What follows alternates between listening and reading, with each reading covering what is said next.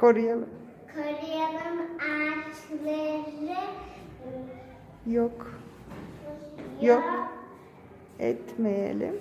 Yok etmeyelim ormanları. Kesmeyelim tek bir ağacı. Ağaçsız dünyanın ağacı.